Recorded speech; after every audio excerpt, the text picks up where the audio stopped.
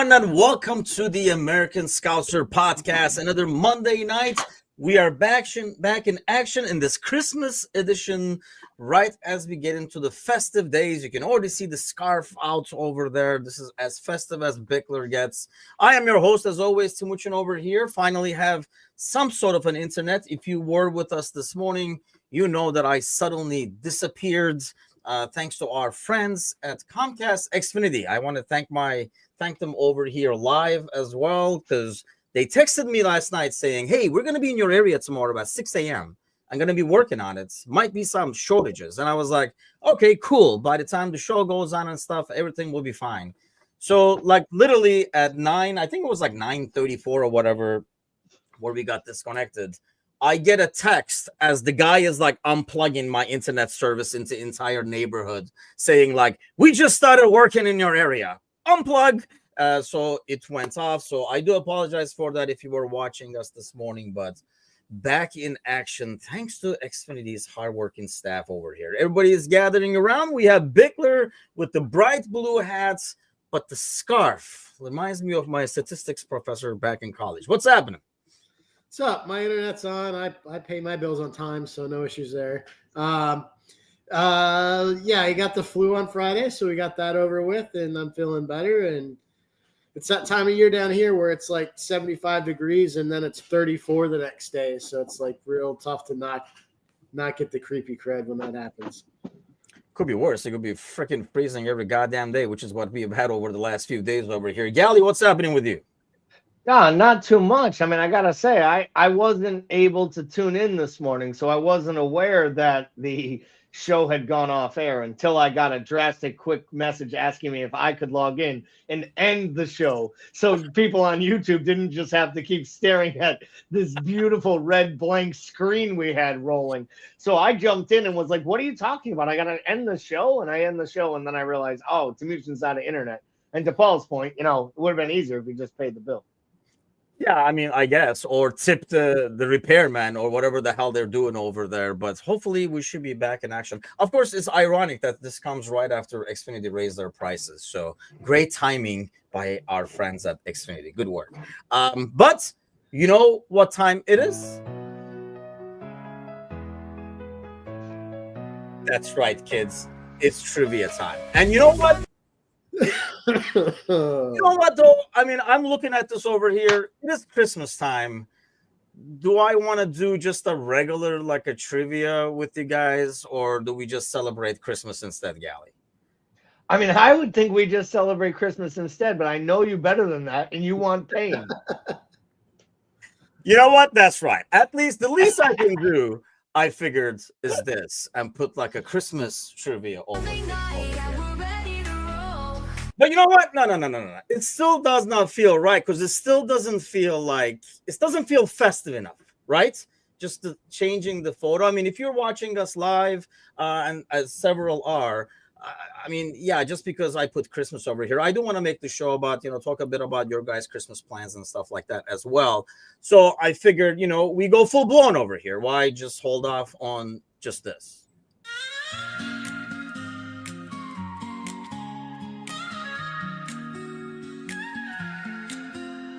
Timuchin with his jingle bell starts the Monday cheer. Questions flying left and right as he grins ear to ear. Bickler and Gally wear their Scrooge hats tight. Fans can't wait for trivia night. Merry trivia Christmas on American Scouser. Laughs and questions as we all gather. Timucin's joy is a shining beacon bright. Bickler and Gally bring on the night. Come on, Bickler, put your hands together. I've really got to talk to Angie about what you got going on in your free time. Bickler's gripes are legendary, no one's asking why. Fans are here for all the fun. Fair. And Timucin's hearty laugh. Even Scrooges can't deny this cheerful craft. Snowflakes fall as Timucin calls the next another round. single. Pretty soon, we're just going to have a full album going out with the American Scouser Monday Trivia. So But now we're ready. Are we more festive, ready to go? Right, more in the spirit. I am ready to ruin this segment, one comment at a time. Okay, let's go. It's a Boxing Day question. Boxing Day, obviously, is the 26th. So, what is Liverpool's biggest victory in a Premier League match played specifically on Boxing Day? Bickler. 5-0. Against? Norwich. What do you have, Gally? I should just say 5-0 against Norwich, just so there's only one bad answer that's been shared. I'll play the song. I swear, don't make me do it. No, don't play the song again, please. I don't freaking know because I don't think that was Boxing Day. I'll say 5-1 West Brom. Ooh, damn. I got partial credit for both of you guys. 5-0 are the victories. Same score against West Brom. Yes, God damn it, Bickler. 5, and then Swansea City in 17. That's actually really funny. I have always said, like, if we did these questions together, we have at least a 30% more chance of getting them right. And that's not because we're twice as smart together. It means that combined, we are equivalent to 3 out of 10 human people. Yeah, when we stack your guys' brains, it does make a pretty decent sized human brain over here. But okay, let's get to. We'll get to the Boxing Day matchup for this year, especially going off of what happened this weekend as we move forward. But it's a great weekend overall. Again, Alan says he's not sure if he wants to hear Bickler singing. That's probably the next step I'll be had. And yes, we do have now. I should make a mention of this. These songs, I really credit the songs at this point. I wouldn't though. I'd say we may have 1,100 right now if it wasn't for the songs. I do credit the songs. But yes, we are over 1,000. That was kind of like the goal going into Christmas over here. So thanks a lot for all your support, sharing, caring, liking, and all that kind of good stuff. But now, obviously, we set our goals on like a new number because that's how we roll around here. But yes, thanks a lot to everybody for helping us reach that number. And we move on, hopefully. And we did a post went out today, actually, I think on social media as well for for those of you who do want to join the channel and become a contributor as well. If you want to, come up with your own songs or show up and sing along or whatever it might be, come on in, join American Scouser or eliminate the songs. Maybe that's what we should do. If you want to eliminate these songs, join today. We need video and music editing equipment. If those talents show up, we will promise to stop playing these AI songs. What do you mean AI songs? I just recorded that shit downstairs with a bunch of point. Well recorded. Okay, let's get to the game over here. It's that time of year, so let's make a nice little pie over here, Gally. I mean, it was like a really, really solid performance, right? The more I watch this team as we go, maybe like I was talking about it this morning before Comcast got me off air. That's started with the Leverkusen game, like Madrid, City, which you can go back to City and like evaluate it now. But overall, like these performances, even the fight against Fulham and stuff made me more of a believer in terms of how good this team can be. You look at this game where it was like really, really, really good. I mean, some of the football played was just freaking phenomenal when you watch. And if you go back and watch some of like the buildups into goals and stuff like that, just crazy. How much of that is us actually being that good? And how much of that is Spurs almost saying, how would you guys like us to play so life is easy on you, and then just following those directions? I mean, I don't want to take away from us because I do believe it's I think it was the best performance for 90 minutes that we've had all year. The Leverkusen match to me was what I thought was like the crescendo, the 4-0 against Leverkusen. But I don't know that I don't think we were as good going forward against Leverkusen as we were at times against Spurs. Like things we were doing against Spurs, and again, against Spurs, we weren't doing it with our first 11. That didn't have Kanate at the back. That didn't have, even at the time, I think in Leverkusen, think Jota was playing, or that might have been even Darwin. I'm not sure. Or no, that was the first game that we started Diaz, which is why it looked so good. Diaz was in the middle again. Yep. I will say this.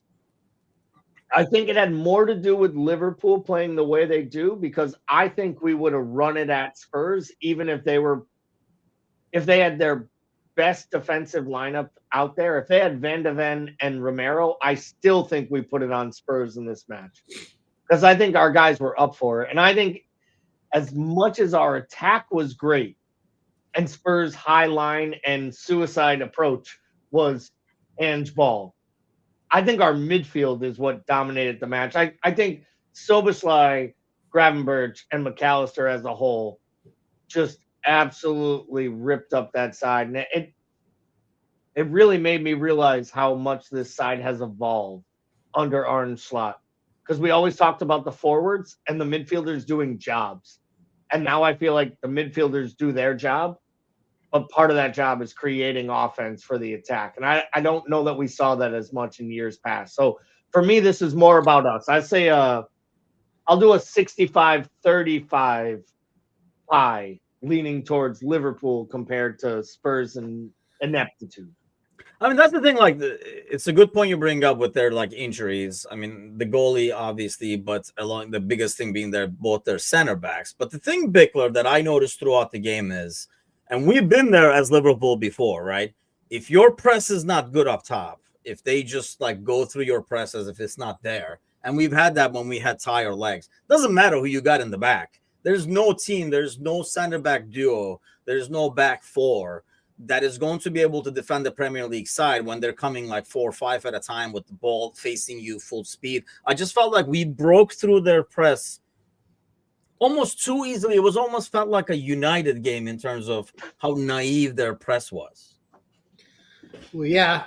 I mean, you would have thought you would have seen some sort of a tactical tweak there, just because like what they do doesn't match up well with what we do. So, yeah, I mean, definitely expose them. We talked about this on the Premier League show a few weeks back, where like I really thought Andrew's going to have to figure out a way to get off of this high line, considering all their injuries and the pieces they are playing with. So the fact that he hasn't and has this sort of Klopp-like insistence to stay with it. I was just going to say we're going to see what 6-3. We know what losing 3-6 feels like, right? Like it wasn't that far off. So I think there's some interesting sort of things that mirror just what they are currently and what we were last year, and at like our current journey where we're sitting now feels pretty good. But it was surprising to see Ange not make any sort of tactical change to what they do. Yeah, and it keeps being asked, and I don't know. It has to be like really frustrating. The timing kind of like affects our Premier League panel shows, unfortunately. But because I wanted to see like what Jake thought. I know he's said in the panel before, because he represents Spurs on the panel, that they're kind of like going into every game like, let's see what happens. It's exciting in a way, but at the same time, you watch that game, you just like asking for it. I mean, it's almost like, going to somebody 4 times your size and like just messing with them. Just like you're asking for it, dude. Like, why would you keep doing the same thing? I felt bad for that Gray kid because, out of position in that situation, especially the ball where he like saved it off the line twice and then like Mo slams it in. You're just like, if I was the kid, I'd be like, the hell with this, and then just leave. It's just like set up to fail. But when you look at us on the other side, like say some of it, you put it at 65-35, Gally. And yeah, I do agree. I think that's right about where I would put it probably in terms of the ratio. But we have like, you look across, I was looking at it, we were talking about in the post-match. I could not even think of an average performance, at least out of the starters. You can kind of be like couldn't tell they weren't on the pitch enough for like the subs coming in, but I could not even think of an average performance out of anybody. It felt like everybody was at like another level, with some being way over the top. As sad as it is, and this is where you're getting like nitpicking, like maybe Gakpo, only because in that first half he wasn't asked to do as much because Mo and Diaz, everything was running through them, and Szoboszlai was all over the place. Gravenberch is making these world-class turns and just, Oleing people without people screaming Ole. Like it was one of those virtuoso performances. And I mean, the passes that Trent was putting in at times in that half, like it looked like we were front runners. And for that, I was really excited. At times, I hate when that happens because I always fear like we're going to get lackadaisical. And then as the second half happens and we concede the 2 goals in 35 seconds, and you're like, come on. Why are we doing this? We were up 5-1. It felt so good. Now it's 5-3. You end 6-3. You feel good. You're like, fuck them. But I think they were all great. I still think there's room for places to improve, which is what I love about how Slot handles this compared to Klopp. I think Klopp, he would come into press conferences when we played mediocre and talk about how great the lads were today. And what I love about Slot is like they get a win and he's like, yeah, I'm not satisfied at all. I'm not okay with how we played today in Girona. Yet he'll take a 6-3 game and people are like, are you worried about the fact you've conceded 8 goals in the last 3 games? And he looks at a reporter and is like, did you watch us today? I'm not worried about anything. And I just love it. Like, I love his honesty. I love his realness because I think the players are playing off of that. And I think it's why they're starting to actually act freer and feel more comfortable when they're playing their 20-minute cameos compared to their starts. And not worrying when they're not starting. Like, it genuinely feels like an entire side who just believes in the direction and the leadership of the people in front of them. And I think that's when special things happen. When players stop thinking and just play because they believe in what the leaders are doing for them, that they're going to put them in positions to succeed. I think then you're Darwin, you're on the bench and you're like, it's all right. I'm coming in today and I'm going to play good for 20 minutes. I don't need to start. I don't need to get caught up in my own head. And to me, that's what it looked like. It looked like all 11 players were fully confident in what they were doing because they knew the job they were being asked to do at the beginning of the match. And obviously that stuff is a lot easier when things are going well because it's a lot easier to be like, yeah, we're on the right track because you can't argue with the results kind of an ordeal, which is what happens. And I do like that. And I do like his, in some ways, Bickler, I kind of, not as we were watching it, but it's 6-3, especially like the way those goals came back to back where we switch off. Curtis does on one of them, Van Dijk on the other one. Mind you, Curtis switches off on the second one too, but it goes to Van Dijk's guy, Solanke. But it was almost better in a way than a 6-1 win because you ended with, we can never switch off. We got to stay on the game and stuff like that, as opposed to like wiping them off with 6-1 and then heading to the Leicester game, maybe starting with that complacency. Yeah, there's less. Yeah, you're definitely less likely to be complacent, coming off conceding late goals that you shouldn't, right? That being said, I did like our response, but I thought we responded well, came down, jammed another one. We could have just rode that game out. I liked the fact that we went back at it aggressively, pushed them back off the ball, sort of regained footing, went ahead and scored another goal. So I liked our response. Yeah, I mean, I like the lineup. I like the subs for the most part. Like, it feels like insane to think about what we thought was going to be a rebuilding year and a retooling year has turned into this in this amount of time. It feels crazy.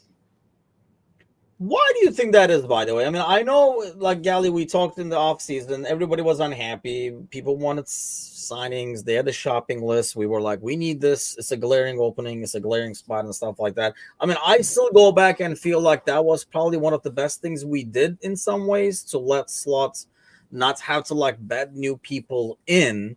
But at the same time, I mean, it's clicking this good. Let's face it, this team was doing pretty darn good last year until they fell off. Will the likeliness of falling up is a lot less because of how we play now compared to how we played before? Definitely the likeliness of us falling off is much less, in my opinion, to last year than it was to this year. I think that this team will be fitter and healthier as we go down the stretch. Now, you can't adjudicate injuries, right? You don't know when injuries occur, but based on the type of injuries we saw, a lot of times they were like training ground muscle injuries. They weren't knocks guys took. They weren't bad knee injuries. Like, they were mostly hamstrings and calf strains and pulls, which I think comes from probably over intensity in training and over stretching your players in minutes on the pitch. And I think this manager rotates better. I think he uses his squad more. And I think we're just better equipped for it now. I think you're playing players like Gravenberch meaningful minutes. You're playing Jones and rotating with Soboslai. You're instituting Harvey Elliott in. And I think like we're starting to see Neone get minutes. We're starting to see him get starts. We're seeing him get minutes on the pitch. I think the performance that Morton gave lets you think he might be able to give you some Premier League minutes if you have a big Champions League match and need to start him. I just think this manager is finding more and more opportunity to use his squad. And this is a guy who comes from a smaller league, which probably means he had to play with more of he had to use more of the resources he had instead of having 11 marquee players like Klopp has had. And I just don't think that I don't believe that they had the same overall opinion and or approach to how to manage a side and a squad. And I think we're seeing the differences bear fruit very early in this tenure, mainly because he has a much better crop of players to start with, to be totally fair to Arne Slot compared to, the Balotelli side that he had with Ricky Lambert and Barini. Yeah. I guess How dare you? in some ways that's right. How dare I speak the truth? Yeah, I mean, those were some classic names, by the way. But I mean, I don't know. In some ways, it is probably oversimplifying it, but it is probably accurate at the same time. I honestly think because how we play, it's almost like we're resting at times during the game. Like we're picking our spots and changing different gears and stuff like that instead of, trying to go 100 miles an hour. That alone, not even mentioning the rotation, I think that alone should help things a lot, I think, moving down. But having said that, Bigler, if there are no injuries in the next few weeks over here as we head into the new year and the January transfer market, do you think this team has, like, we have everything we need right here, kind of an ordeal? No, I mean, I think you probably need another midfielder, and I think you need a fullback. But if there's nothing that happens in January, and I kind of feel like there's probably a very good possibility nothing does happen in January. I mean, I would go grab a couple bodies, especially if you're in the middle of a title push.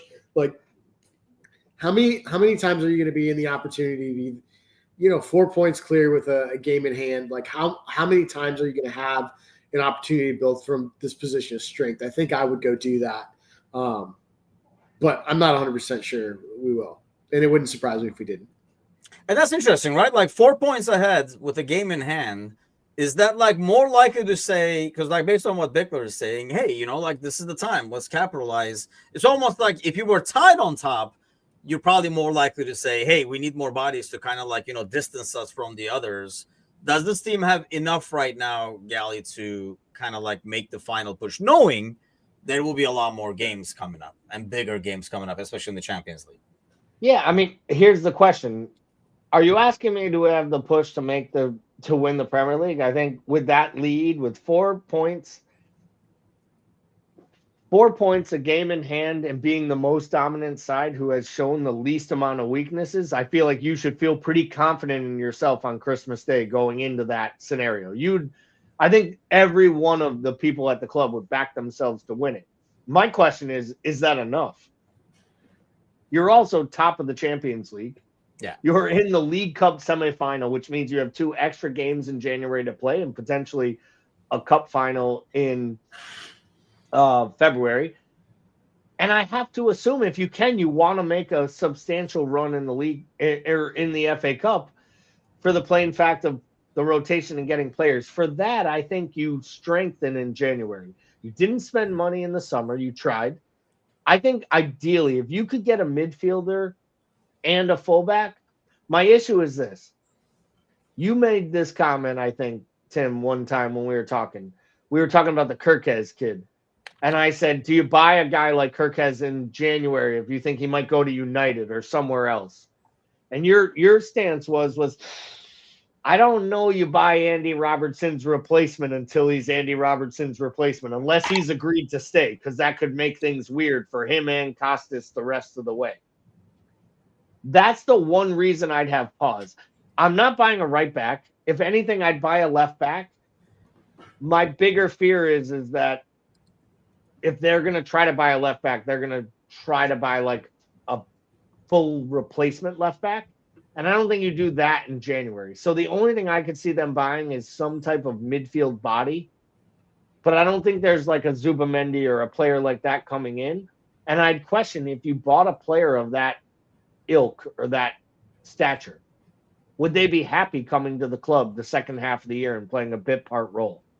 And I don't know that they would. And I don't know that there's a starting position for anyone to be purchased. And I think it's hard in January to buy players that are squad players.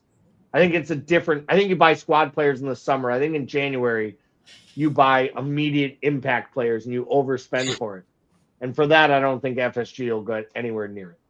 See, I feel like there is the need for that, like a Zubiman type guy, like the midfield guy that Bickler is talking about, because I still do feel that I know we've used Jones there and he's done a good job in some games. And this last one was probably, I mean, maybe not, he wasn't up to the speed of the game and stuff like that. But I do still feel having him like more comfortable, like filling in for Szoboszlai, more like advanced role. And you guys know where I stand with Endo playing in this double pivot role. So I feel like if you got somebody in there, Bickler, it's a very, because I know what Gally is saying, because somebody was like, okay, where am I going to play though? You guys are rolling over here. But I feel like if it's in that spot, especially with going into all these Champions League games, FA Cup, League Cup, and stuff like that, you can be like, hey, man, we got to rotate this. So you're going to be part of the 3 that we're going to rotate.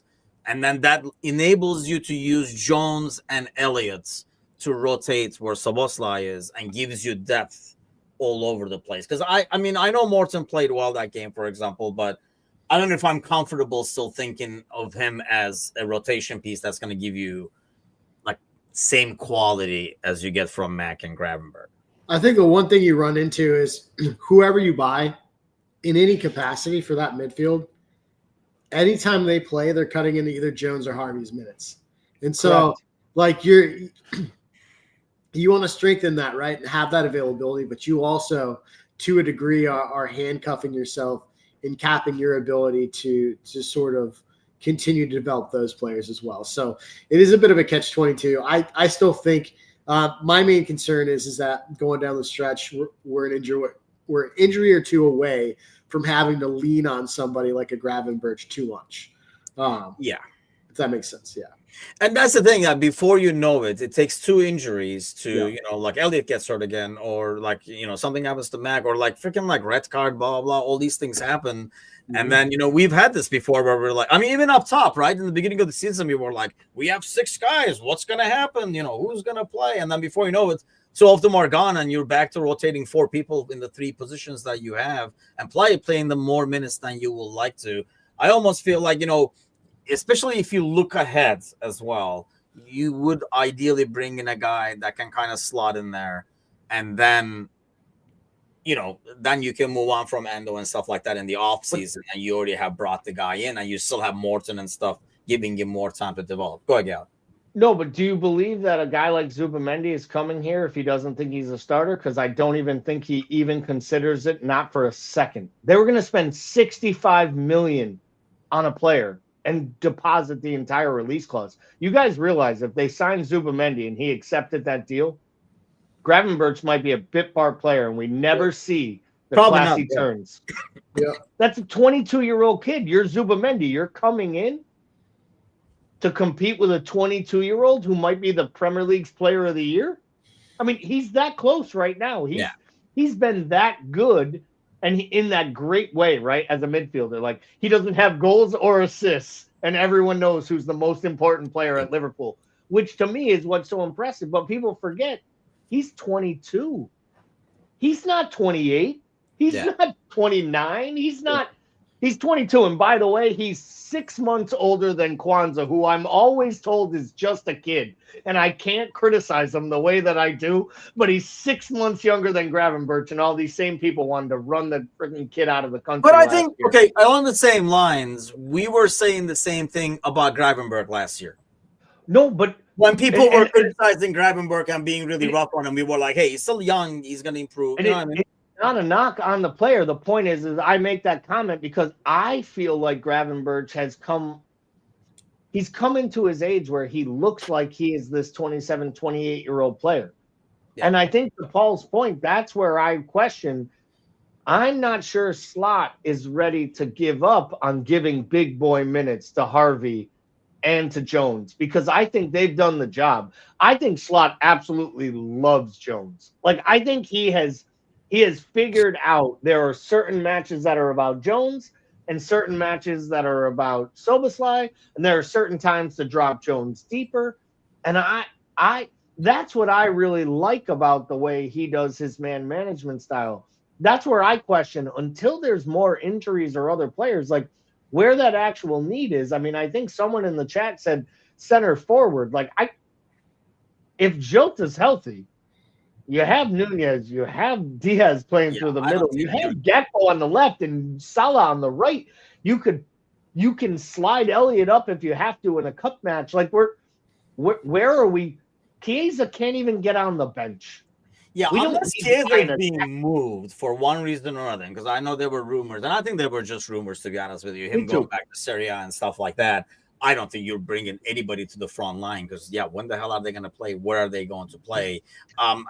The midfield thing, you might not be able to get a guy like Zubimendi, or who can go to, let's face it, like City or something like that, and be the automatic starter right away, and then eventually play with Rodri or something like that. But I still think like that's an area of need, just to, you can go maybe younger and, but somebody who's still with like playing experience compared to like maybe like Morton or something like that. Get somebody in there that you can kind of use better in that spot. I don't know. I mean, like I say, I really like what I saw from Morton the other day, but I just not sold, probably because we have not seen enough of him in that. And I don't know if it would be totally different if it was next to Gravenberg and stuff like that as well, because that's the only thing. Going back to the Spurs game, Bickler, obviously a lot of like really good performances. Like I said, I felt like no one was average. It's probably the great stud at above average, but give me one player that's kind of wowed you the most and said, you know what, I'm going to put a scarf on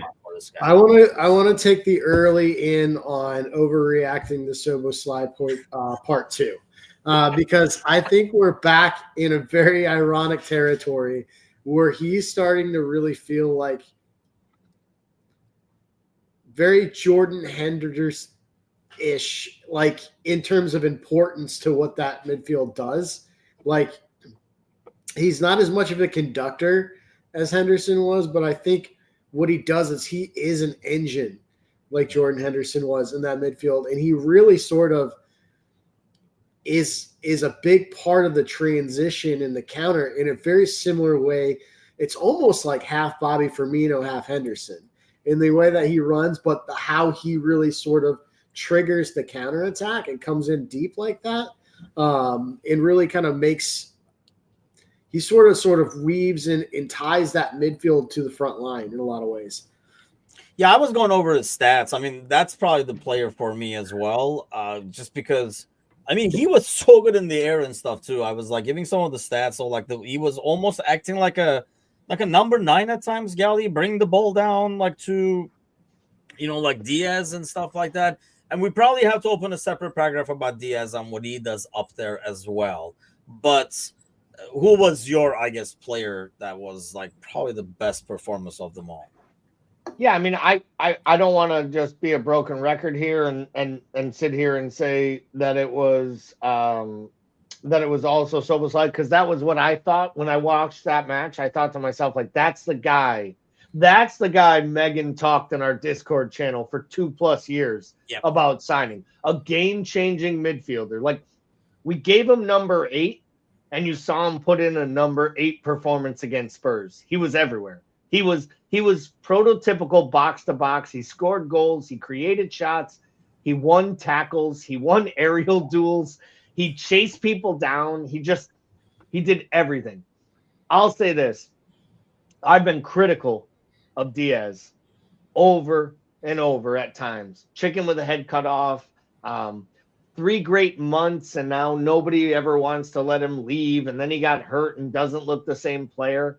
He doesn't look the same player because he looks 3 times the player he was those last 3 months. He dragged us across the line and put us in the Champions League. Because if you had told me that guy would give us the closest thing we've had to the movement and the false front mentality of Bobby Firmino. And that basically is what he's done since he's gotten it. We talk about how Jota does these things and Nunez does these things and Carvalho might do this. Luis Diaz is out there going like, hey, I don't speak English either. I can just run around with a big smile. Look at me. Yet he has more electric pace. And I feel like in some ways, he even creates some things that even the other players around him don't know are going to happen. Like they're confused that it happens. But I think Mo is starting to figure it out. And I think we saw it in this match. Because to me, this was the best that Mo and Diaz have ever played together up top. Their movement in and out with each other, switching positions, it was very Bobby and Mo-esque. At times, I think I saw Gakpo all the way like close to the right and Mo was in the center and Diaz was out on the left. And you're like, this is like old school Bobby, Mo, Firmino when they would just like literally just almost run across each other and confuse other people. I was really, really impressed with Diaz. I thought Diaz, in my opinion, might have been the best player on the pitch. I just think it gets overshadowed because I think we all want Szoboszlai to be that number 10 that creates and does all the things. And I think in a match like this where he does and we score 6 goals and he gets a goal and a couple assists, it's hard not to glam on him for all the great things he did. But I'll just say on a like side note, Trent was special for all the things he can do from right back because some of the passes he made in that game, in that match, were otherworldly. I actually thought a couple of times he was like in the first half, he was like way off. Like when they had the ball on the right hand side, I was like, I hope they don't cross it because Trent is nowhere to be found, kind of thing. But when he was 1v1 and stuff, I thought he was like really good defensively as well. I think the thing I like about Szoboszlai is how much I think he sticks out a lot more because he's doing it on both ends and it feels like he's all over the damn pitch. Ryan says, weren't we talking about how Diaz? Literally, yes, Friday morning, Kazi and I were talking about that. He hadn't scored since like September or something like that in the Premier League. Because remember, he started the season with goals and we were like, this is what we need from him. And then it's been quiet. But what I like about what he does, Bickler, is he feels, I know Jota has the same smarts. I think he has the smarts of Jota, but he has the similar pace of Nunez and the aggressive press of Nunez, but he does it smart. Like the angles he takes, the runs that he makes when we don't have the ball, it just feels like he's better suited for that. And I still think it's a better duo having Gakpo over there on the left wing with Robertson for one. And I think he works a lot better with Diaz as well as Mo, because Gakpo likes making those runs to the back post that, Mo likes sending the passes to. Somebody was asking in the post-match this Sunday, I'll ask you, is this our best front three if there's like a final we're playing tomorrow? I think it is right now. I think it is right now, and I think that's why we're seeing it. I think if you look at those combinations that you have in there, any sort of combination, this sounds so disrespectful, and I love Nunez, but any combination that includes Nunez isn't as strong as a combination without it. Because, I think you have to account for his unpredictable movement. And I think he's gotten better. He's grown in that area, but it still seems like people don't know where he's going to go. And it makes it very, very difficult to work with, where Gakpo works a little bit more traditionally in that role. And I think Diaz I think the Galley's original point, the biggest thing here is that Diaz is figured out how to play this. He's figured out how to play as a back-to-goal striker, which is not something that you would have looked at him as a traditional wide winger and thought you'd see. But it's been the difference because he's doing those interchanges between Szoboszlai and Mo now with his back to goal and then turning. It's been really, really kind of crazy to see. And I think in a lot of ways it's helped develop, it's probably been responsible for Szoboszlai's emergence as well. To have that extra body in there to have interplay off of, because we've always talked about how Szoboszlai, even though he's a direct player, he needs to be involved with options. He can't be just the guy that it runs straight line through. So I don't know. I think I think that is your strongest three, just because of the way that all three of them sort of gel and play without the unpredictability of Nunes right now. And that's the thing, though. I mean, against teams like the Scally, that is probably our best three, or any team that's going to come out and play us. It's probably like this best three because they can kind of take advantage of the space, interchange positions like you were talking about. But a game like, for example, we're coming to Unboxing Day against Leicester, is that suited better for a Jota or Nunez because you would expect Leicester to kind of like sit back? Yeah, I kind of was going to go there. I'd argue that it takes a little more time for me to say this is our best three, only because I think there is an argument that at times this year that it was clear that Diaz on the left, Jota in the middle, and Mo on the right was our best three, purely because Diaz was scoring those goals. I mean, we talked about how he hadn't scored a goal in the Premier League since September, but at that time in the Premier League, I think he was second overall in goals behind Holland. I think there's a world where there's an argument. I think in a match with a low block like a Leicester, where they're probably going to defend, maybe even play five at the back, there is something to be said about having a guy like Jota where when the ball falls to his feet, you know he can turn in a tight spot and still finish and create a goal on his own.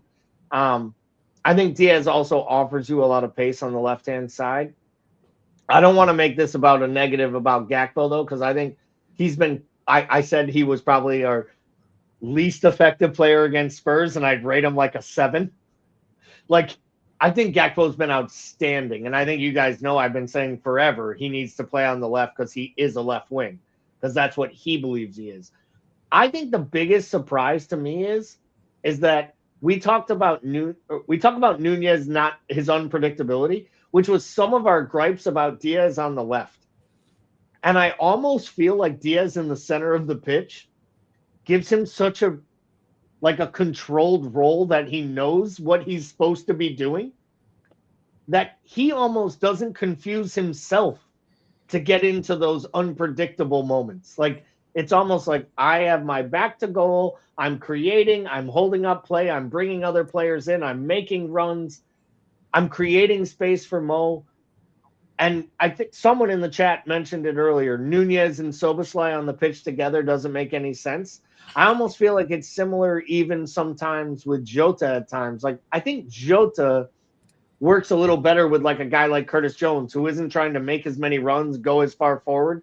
Like, he understands the spacing.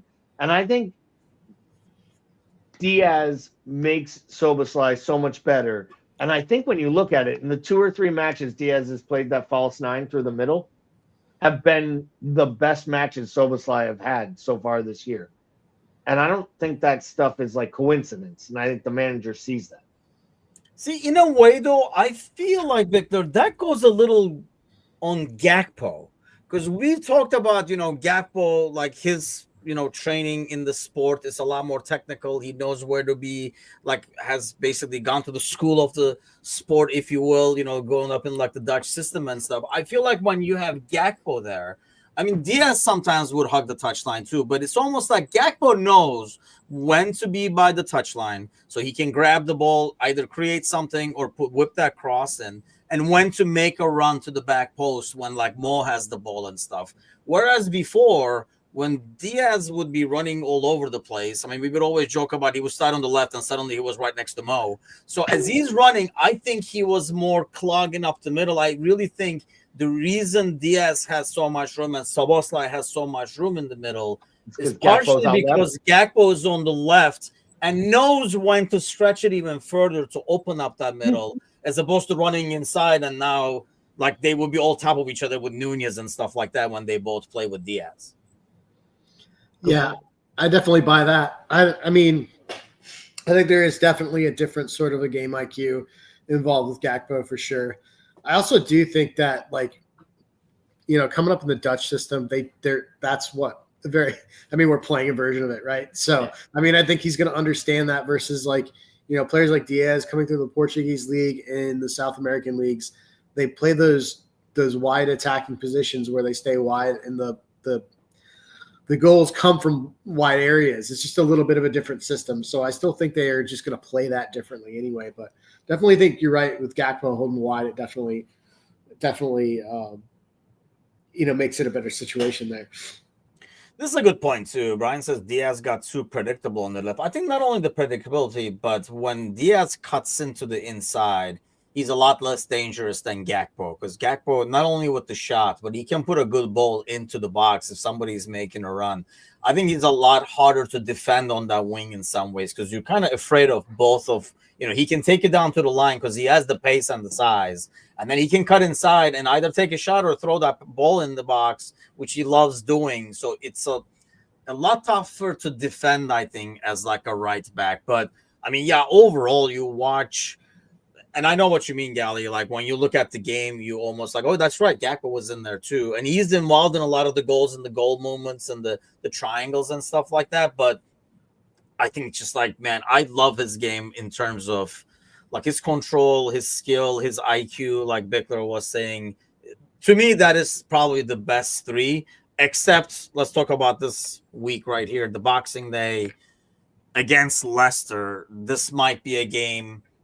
First of all, you get some rest to some of these guys because they're going to play again on Sunday, and it might be better suited for a Jota or a Nunez in the middle. What kind of a starting 11 are you expecting to see? I mean, I assume like there'll be some rotation with Jones and stuff like that, but what do you expect to see come Thursday? Sunday we are playing West Ham, right? Am I right about that? Away, West Ham.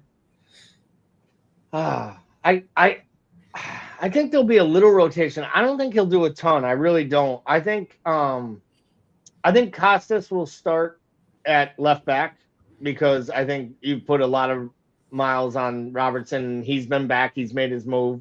I think Costas will start potentially. I mean, let's be real. I can tell you that Kwanzaa's going to play again, but I'm not confident that he'll ever play again.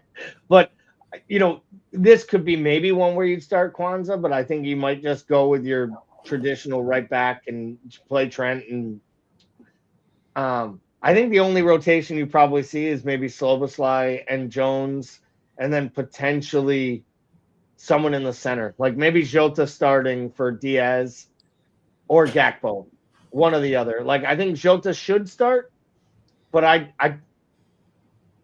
it's a weird spot, man. I think this manager wants to just keep accumulating points because he knows right now, as long as he keeps accumulating points and other clubs keep dropping points every match day, they're getting further and further away from people catching them. And he seems like he's a little arrogant to the point of like, we're going to go for this now while we can go for this now. Like, and I kind of like it. I'm not going to lie. Yeah, I mean, and there's an advantage. I was talking about it this morning. I mean, I think, us playing, I think we're playing before. I think Arsenal is on Friday.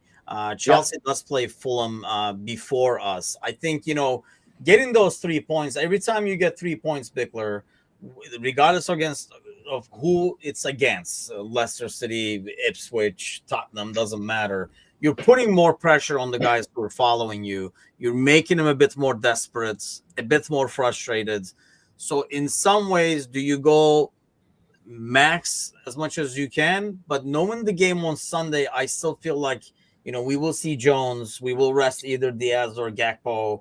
And I mean, yeah, Kwanzaa. I mean, we've talked about Gomez in the past. I thought Gomez was excellent, by the way.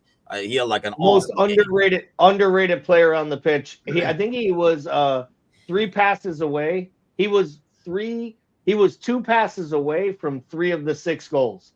He sprung 3 of the 6 goals with his passes, and I thought he was outstanding. I tell you what, man, Konate is going to fight for his job back in January, and I think it's awesome. Yeah, I mean, that's the thing. And we're forgetting about Konate being out of the picture right now. But in some ways, I guess that's the biggest one, Bickler. The biggest decision is do you risk having Kwanzaa out there? I'm assuming Vardy is going to play, like trying to cover and make a mistake. You don't want to give away a cheap goal in a game like this. And then, because you could think Leicester is really going to hunker down. Whereas if you take an early lead in this game, you might be able to start resting people going into Sunday with Sunday in mind, I should say. Man, I feel like Onschlatt's really changing me, man, because this is usually the spot where I'm like screaming for rotation. I'm with you. I'm with Gally on this. I don't think we're going to see a lot of rotation. I agree with all the pieces that you guys talked about in the rotation. I think what's crazy to me is the lack of rotation doesn't bother me like it used to, because I feel like I trust this manager to apply this to the rounds coming forward, right? It feels like there's a thought in sort of intention behind everything that's done throughout these matches. As the substitutes happen, there seems to be some real thought behind the process. So like I trust him in a way. I don't feel like I've been able to trust the manager in a long time, because we just saw Jurgen run people into the ground and then like us try to figure out who to go target in January as a center back because we're playing Fabinho back there. So yeah, I think there's not going to be a lot of rotation here, but I agree with you guys. Like, I think this is just a point accumulation thing, and I do agree, like Dimitri, I think we could very easily have 2 or 3 by halftime, and then be in a situation where you can make some really early ones to kind of have almost like a second rotation. You guys know me. Nothing worries me like overconfidence, and I think everybody's way overconfident in this game because it is Leicester City. But yeah, I mean, Ryan says start strong, sub heavy in the second half. I feel like I said that every game, and I actually thought subs would come in earlier at the Spurs game. I have to say, I really thought they would be coming in, like Nunez and stuff would be coming in a lot earlier. But I'm kind of like trusting in there's like a method to the madness, it feels like, in the way that the minutes are distributed, and you are usually getting early subs. This could be a game like that. Early predictions, Gally. You guys are gonna probably make me a worrier with some of these. Oh no, I'm not gonna go crazy here. I'm gonna go 100. No, I'm just kidding. I'm gonna go 3-0. I think this Leicester team's really bad. I've been saying it all year. I did a podcast with Kazi where he told me how good Leicester was and how many great players they had. And then I was like, name 2. And then I thought about it, and he didn't name any. He started naming guys like Ndidi, and I started to realize, like, that's not a guy Everton wanted anymore. I don't know that that's a big side that we have to worry about. I think they will struggle at the back. I think Rude doesn't know what they're doing defensively, which is always what happens when you hire a striker to be your head coach in a relegation zone. It's never a good thing, people. You hired a number. Oh, wait. If you ask Anan, Rude is the next best thing to sliced bread, but that was 2 scores ago. He's the next best thing to the West Ham failed manager that will get fired on Sunday. So we'll just wait for that to happen. Julian Lopetegui. But no, I think that we 3-0. I'm going to say we go in, Mo gets his goal. Hopefully we rotate early. I'd like a couple of the kids to get to play. When we were up 5-1, I really hoped it would be like a Premier League run out for Naoni, or like we'd get a little, a glimpse of some of these kids. I want to see Kwanzaa get another chance in a match where he can kind of find himself instead of having to start. We'll see. I hope that's this match. It should be a get-right match. I'm thinking it might be. I hope so. Shelton's going with 3-0. Ryan is going with a Timuchin special 3-1, and Vardy gets a goal. Alan is going with 4-1. I do like the 4-1 because I do feel like, especially if we do get the lead and do some early subs, maybe they do get a late one or something like that. But Bickler, what do you have? I also have 3-0. I think it's going to be pretty comfortable. Nothing spectacular, but comfortable win. I feel like the manager wants these clean sheets to come back, though, and I think he did a good job of not bitching in the post-match when they asked him, like, are you mad about giving up 8 goals in the last 3 games? He's like, we won 1 of them, we drew 2 of them, and we had 10 men in 1 of them. Like, he was literally, like, just shot it down, but I also think he was probably like, go fuck yourself, James Pierce. Stop asking those goddamn questions. I'm Dutch. I'll just smile at you. I'm not German, and I'm not going to write you off for life. You know what I mean? Like, I do think, like, he wants this team to get back to playing good football and being solid at the back, and I think Virgil does too. He looked very irritated after that. Either the second or the third one went in. Virgil was pissed, like almost like embarrassed pissed. Like, I think it was the second one because, like I say, he wasn't, Kulusevski was not tracked in, and I would be pissed too because I think he puts a header in there and the ball, like, he almost blocks the pass, but I mean, it's Jones basically not following the run in, and that's why Kulusevski is like wide open. John says a few players are. I know Gravenberg is. Who else is one card away? Like so I know for a fact Gravenberg is. But and so I mean, yeah, I don't know if that comes into the equation at all. That's a good point by John. I don't know if it does. I don't think it does. But I do feel like on paper, at least, like, and not to mention it's the fact that it's away. I think you kind of prepare more for the West Ham game. Like you determine this lineup with the West Ham game lineup in mind is my guess. But yeah, we're all going with the win over here. And that would be, I mean, like I said, 6 points from these next two games would be huge because I do think we're seeing it, especially with like Saka out now. Ooh. So both like really, because they didn't mention. Oh, I guess they did all get yellows. I know Sabastai got a yellow. Did Nunez get a yellow? Oh, he wasn't. Nunez gets a yellow. Nunez gets a yellow every game he plays. What are you talking about? Yeah, I guess that's He's true. got to get it. He's got to get a yellow to get let on. Like, The fact that he hasn't been suspended yet this year makes me think like the league is not counting the yellows properly. No, Mecca just served the suspension. No, Maka so served his. He he's served like his all, bans like, in the same week. Yeah, he's all done. So he took a whole freaking week off. So he's all set to go. But yeah, it should be, like I say, getting 6 points, seeing how these other teams are doing. I mean, we went into the weekend. We were talking on Friday with Kazi, and we kind of like predicted two of these teams will lose points. And obviously, City lost points again, and then Chelsea loses points. Arsenal really did make Crystal Palace game a lot easier than I thought they would. But at the same time, they did lose Saka, which is kind of huge. Many weeks, as Arteta said, whatever the hell that means. I'm assuming it's like 4 to 6 weeks or something like That's that. what they're saying. Is it United after the West Ham game? Yes. Oh, yikes, that's going to be a stressful one. Just because it's United, and that's how I treat those United games. But before all this, there is Christmas. So what do we have planned for Christmas, Bickler? Are you done with your shopping, first of all? done with the shopping. Everything's under the tree. I'm going to be just laying low, doing as little as possible.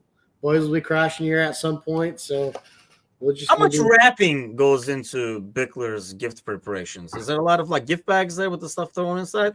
No, so it's interesting. It's all wrapped, no gift bags. Traditionally, I always had a lady in my life, so I'd never learned how to like wrap presents. Preach, until brother. I became like a divorced single dad, and like I'm like Still haven't done it. yeah, like 35. And starting like so this year I wrapped them all. I was like, damn, dude, get pretty good at this thing. So.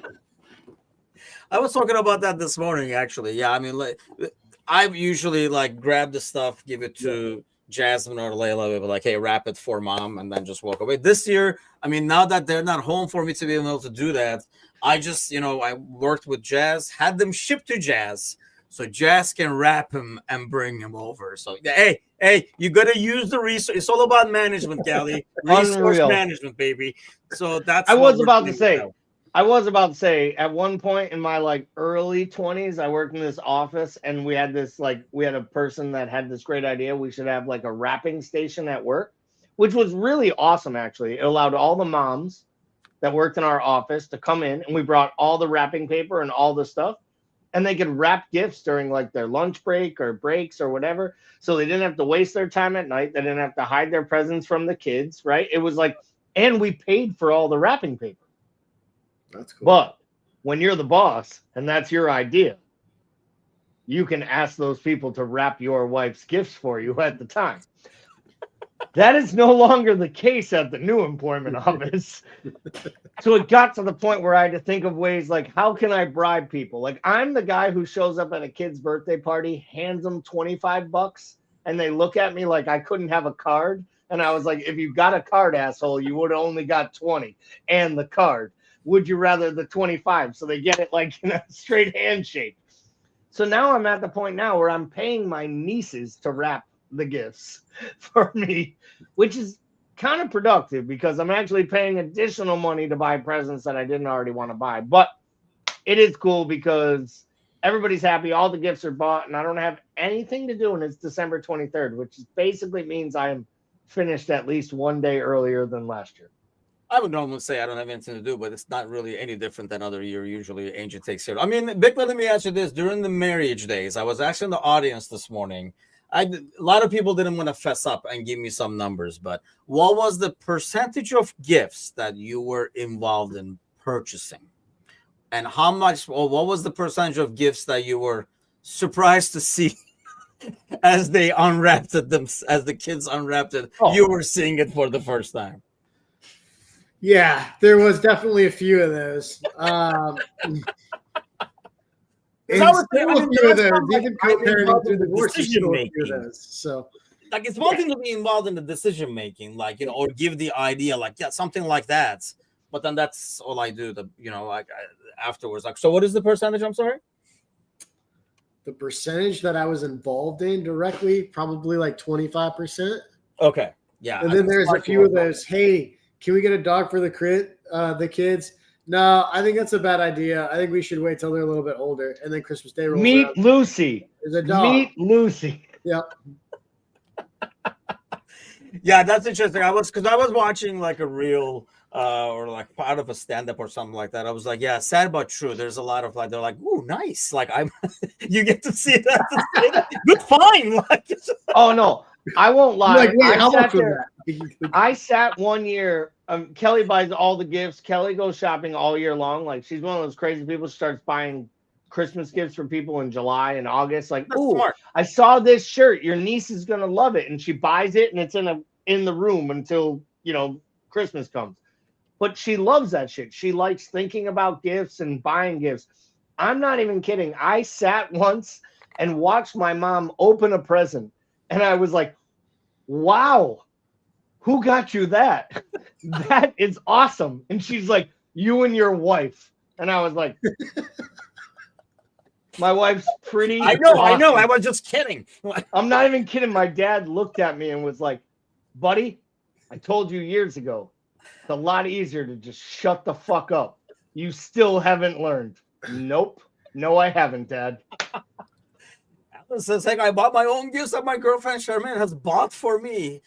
Yeah, I don't honestly, like, I'm not like a big, like, I don't believe in like asking for gifts unless you're like a kid, like you have like a Santa list or something like that. Do you and Angie buy a lot of gifts for each other? Like, a lot? Do you spend a lot of money? Like, how many gifts roughly do you spend like on the two of you a year? Like, is it $100, $200? Is it a one big present and a few small ones? No, like, because what happens when you do that is, as we're opening gifts, obviously the kid gets like a ton, right? So you don't want to do it where like you keep opening 5-6 small gifts and that person only has like one box to rip off. Right. So there's always like, we always go with the quantity. See, we have insiders, you have spies. So you're like, Layla, like, what are we looking at over here? And then, Layla will look at your shopping list. She's like, you're behind, dude. So so then you gotta like rebuild and like repurchase. You're like, how about now? You're like, oh, okay, you guys are good. Oh shit, she just bought another one. So yeah, we just kind of like tried to level it out that way, but you have to have insiders to be able to do that. Not a lot, I would say. She's more like the big gift person. I usually have some kind of concepts before I go shopping, and then I just go like throughout the year. I'll be like, oh, that'll be a good one. That'll be a good one. Put it in the back and do it that way. I don't shop that early. The funny thing is, like, sometimes we will shop that early for the kids. We used to do it a lot more. Like, oh, this will be a good Christmas thing. And then fucking you find it in the closet in January. You're like, oh, shit, that's right. This was for Christmas. We forgot to give it to I will say this. We had Christmas at my family's party, big family thing on Saturday night because my sister doesn't come out here. And we were all telling stories about all these old gifts. And my niece and nephew each had children in the last couple of years.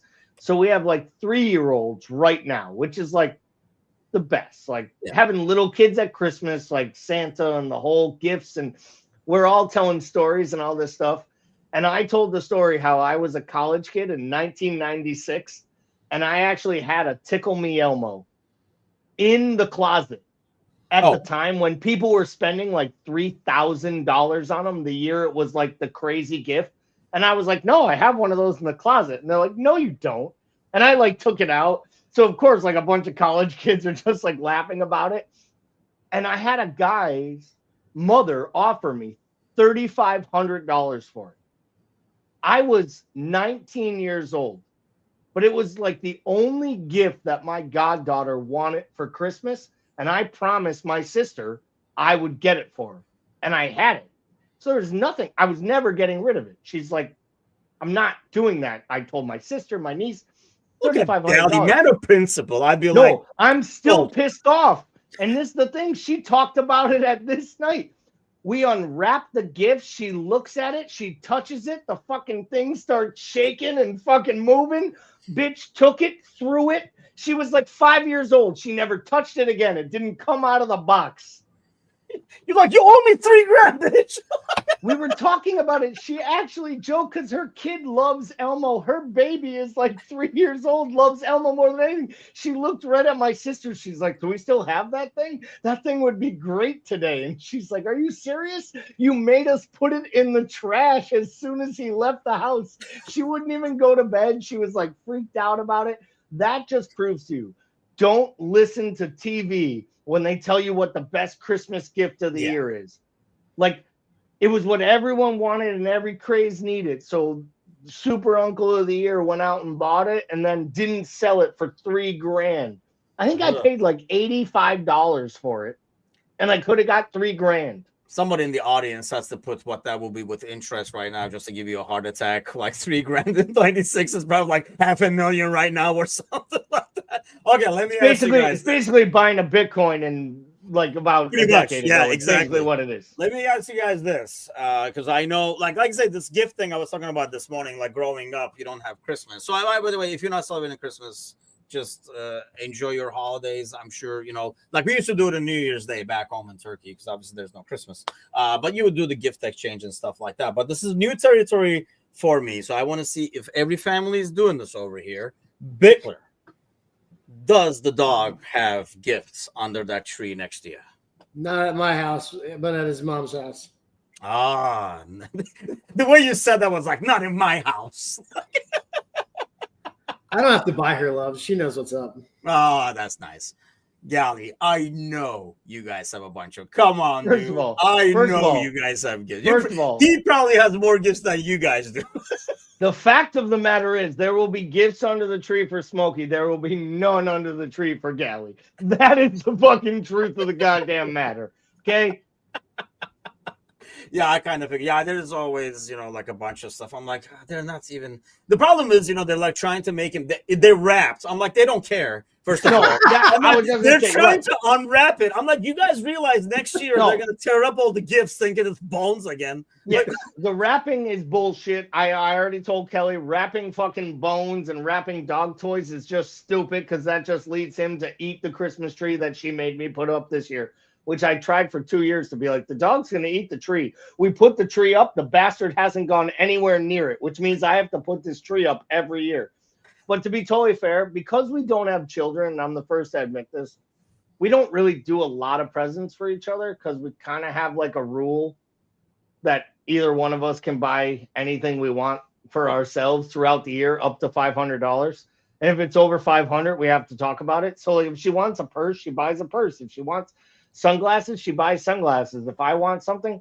So we don't do a lot of gifts, but I think that's more so we can like spoil our nieces and nephews and like buy gifts for everybody else, because we don't have a lot of kids. We don't have kids. We try to buy for everyone. I was like we buy for our friends. Over there said not a lot. Like there's only 4 back here. I only have 3 that she doesn't know about. But hey, don't worry about it. They don't have a dog, so they don't have to worry about it. Yeah, I think it ends up being more stuff. I don't know, like you, Bickler. It ends up being more stuff that's like when you buy for your spouse, it's more like stuff that they know they probably would not buy for themselves for the most part, or like not even think of it, or they wouldn't spend money on it. That's what stuff that she normally gets me, for example. She knows I'd be like, that's too much, or no, I don't really need that, which I probably do, or I would like, or whatever. It ends up being that kind of stuff. Yeah. Clean underwear, t-shirts, socks. Basics. But hey, to all of you listening, watching, thanks a lot. Awesome. I mean, we'll obviously have one more show before the end of the year, but have happy holidays to everybody. Hope everybody has a great Christmas. Thanks again for the 1,000 subscribers. If you have not done so already, get your butt to YouTube. Follow American Scouser over there, because 1,000 was the first step. Now we're going for, I don't know what we're going. What are we going for now, Bickler? Set the next goal. You always bitch that I said. I'm not a numbers guy, but I feel like 2 comes after 1. Are we going 2,000? I was just gonna say, do you not know who the freaking dictator is? We go from 1 to 10, motherfucker.